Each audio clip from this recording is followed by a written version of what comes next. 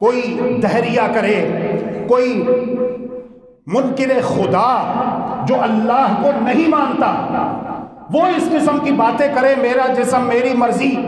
تو ایک حد تک بات سمجھ میں آتی ہے کہ یہ کافر ہے، یہ منکر خدا ہے، یہ اللہ پر ایمان نہیں رکھتا، اس لیے ایسی باتیں کر رہا ہے۔ لیکن جس کا اللہ پر ایمان ہے، جس کا یہ عقیدہ ہے کہ اللہ میرا خالق ہے، میرا مالک ہے، اس کی زبان سے اس قسم کے جملے نکلیں، یہ بہت بری بات ہے۔ توبہ کر لو، توبہ کر لو، توبہ کر لو۔ صحیح البخاری کی روایت ہے،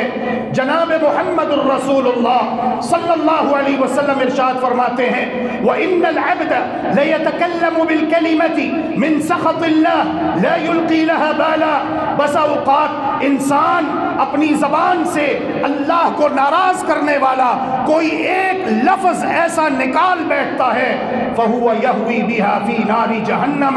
70 خریفہ۔ اللہ تبارک و تعالی اس شخص کو زبان کے اس ایک غلط لفظ کے استعمال کی وجہ سے جہنم میں 70 سال نیچے پھینک دیتا ہے۔ توبہ کرو، مت کہو میرا جسم میری مرضی، میرا گھر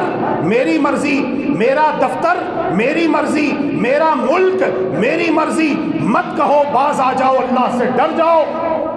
اللہ سے ڈر جاؤ، اللہ سے ڈر جاؤ، اللہ سے ڈر جاؤ، توبہ کر لو، استغفار کر لو، اللہ رب العالمین کی بارگاہ میں رو رو کر گڑ گڑا کر معافی مانگ لو، موت آنے سے پہلے پہلے۔ کہیں ایسا نہ ہو کہ موت کا نقارہ بج جائے اور موت کا فرشتہ تمام پردے ہٹ جائیں اور تمہاری روح قبض کرنے کے لیے آ جائے، اس وقت تم پچھتاؤ، اس وقت تم رو، اس وقت تم افسوس کرو۔ قرآن کہتا ہے حتی اذا جاء احدهم الموت قال رب ارجعون، جب اللہ کے کسی نافرمان فاسق فاجر کی موت کا وقت آتا ہے، مار پڑ رہی ہوتی ہے، تو کہتا ہے رب ارجعون، مجھے واپس بھیج۔ اور جو اللہ کا پیارا ہوتا ہے، اللہ کا نیک ہوتا ہے بندہ، اللہ کا محبوب بندہ ہوتا ہے، بڑے ہی پیار سے، بڑی محبت سے، بڑے میٹھے لہجے میں، محبت بھرے انداز میں فرشتے اسے تسلیاں دیتے ہیں، گھبراؤ نہیں، ڈرو نہیں، غم نہ کرو، تمہارے لیے جنت کی خوشخبریاں ہیں، اللہ تم پہ راضی ہے، نکل اے پاکیزہ روح اس حال میں، اس بدن سے کہ اللہ تجھ سے راضی ہے، تو اپنے اللہ سے راضی ہے۔ اور جب اللہ کا کوئی نافرمان استغفر اللہ واتوب الیہ، اللہ تبارک و تعالی کہنے والے اور تمام سننے والوں میں سے کسی کو بھی ان میں سے نہ کرے، جب اللہ کے کسی نافرمان فاسق فاجر کی موت کا وقت آتا ہے، مار پڑتی ہے، فَكَيْفَ إِذَا تَوَفَّتْهُمُ الْمَلَائِكَةُ يَضْرِبُونَ وُجُوهَهُمْ وَأَدْبَارَهُمْ وَذُوقُوا عَذَابَ الْحَرِيقِ، ان کے چہروں پر مار پڑتی ہے، پیٹھ پر مار پڑتی ہے، اس وقت پھر یہ بہت پچھتاتے ہیں، روتے ہوئے کہتے ہیں ہمیں دنیا میں واپس پیچھے بھیجو، کیوں جانا چاہتے ہو؟ لَعَلِّي أَعْمَلُ صَالِحًا فِي مَا تَرَكْتُ كَلَّا، وہ نیک عمل جو میں نے پہلے نہیں کیے، وہ صحیح اسلامی عقیدہ جو میں نے پہلے اختیار نہیں کیا، اب میں اختیار کروں گا، اب میں صحیح اسلامی عقیدہ اختیار کروں گا، ایمان عمل صالح کے مطابق زندگی بسر کروں گا۔ کلا، ہرگز نہیں، زندگی ایک گولڈن چانس ہے، اس کو ضائع نہ کرو، عبرت پکڑو۔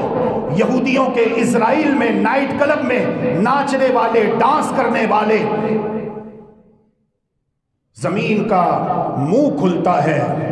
گہرا گھڑا ہو جاتا ہے، اور اللہ تبارک و تعالی ان سب ناچنے والوں کو زندہ زمین کے اندر دھسا دیتا ہے۔ مت اس طرح کی باتیں کرو کہ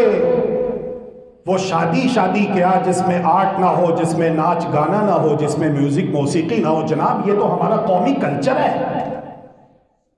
یعنی آپ کیسے مسلمان ہو؟ آپ نے کلمہ پڑھا لا الہ الا اللہ محمد الرسول اللہ صلی اللہ علیہ وسلم، لیکن اوپر سے پڑھا ہے، اللہ کی قسم یہ آپ کے دل میں داخل نہیں ہوا۔ اگر آپ کے دل میں داخل ہوا ہوتا تو آپ کبھی بھی اس قسم کی باتیں نہ کرتے کہ جی لوگ کرتے ہیں، ہماری قوم، یہ ہمارا قومی وتیرہ، ہمارا شعار ہے، ہماری شادیوں میں ایسے ہی ہوتا ہے۔ استغفر اللہ واتوب الیہ، استغفر اللہ واتوب الیہ، اللہ سے ڈر جاؤ، توبہ کرو۔